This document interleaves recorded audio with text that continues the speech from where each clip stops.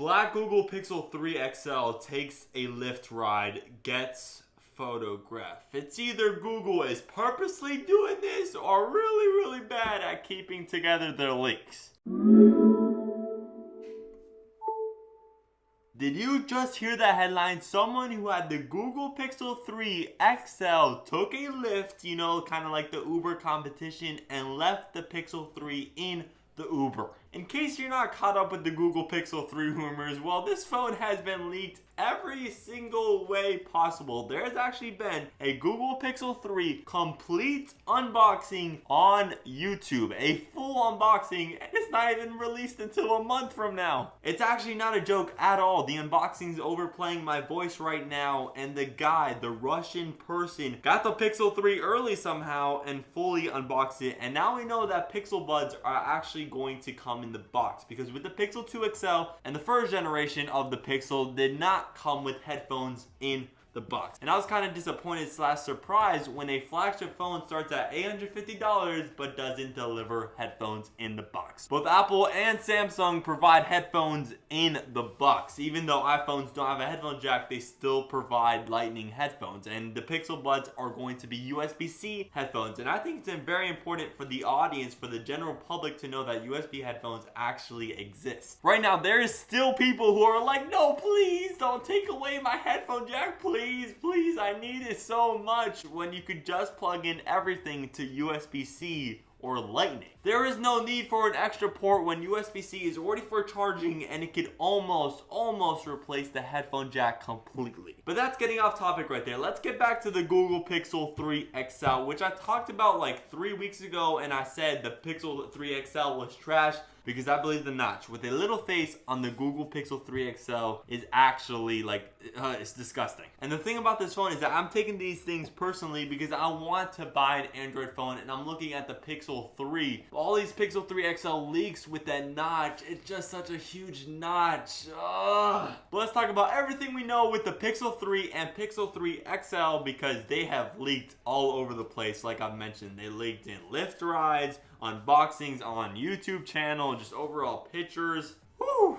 I don't know if Google is doing this on purpose, but it sure seems like it. On the front of the Google Pixel 3 XL, we can see that Google is following the 2018 trend on put a notch on your phone, and oh boy, this notch does not look good. This is probably the worst iteration of the notch I've ever seen. And even the iPhone X has a bigger notch in the competition because it was the first to put out the notch, so all the Androids was like, oh, let's just make it tinier. But Google doesn't follow Android in that way. Instead, they just put the fattest notch on the top of their phone. And not even that, if you're in love with like no bezels, there's still a chin on the bottom of the phone. But at least you have stereo speakers, so that kind of makes up for it. I'm just saying there is a way to have stereo speakers and not put a chin on your phone. Example, iPhone X. The bottom speaker is still its own speaker for the bottom firing speaker, and the earpiece is its own speaker, and together they make a beautiful stereo speaker experience. But Google's sticking to their design somewhat, and somewhat they're not with the notch.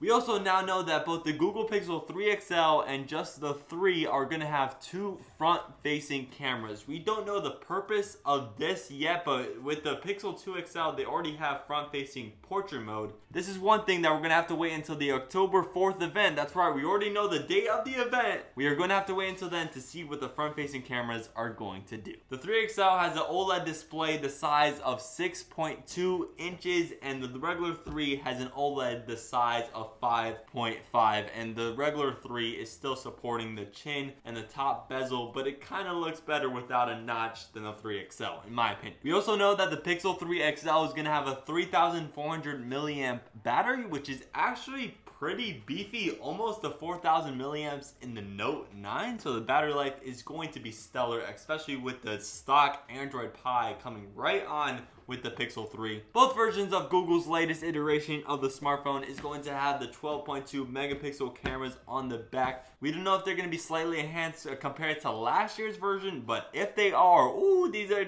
like, it's going to take the title of the best smartphone camera by far already, just right out the gate, if it's better. Both of these phones are going to be running with the Snapdragon 845 chip. Not a surprise, it's the latest and greatest from Qualcomm, and both of these phones are going to have 4 gigabytes of RAM. Kind of disappointed disappointing since you could get the OnePlus 6 right now, which has 8 gigabytes of RAM for $580. But RAM doesn't matter that much. And that's all we know right now of the Google Pixel 3 and Google Pixel 3 XL. I'd love your opinion on both of those two phones, both of those iterations in the comment section below.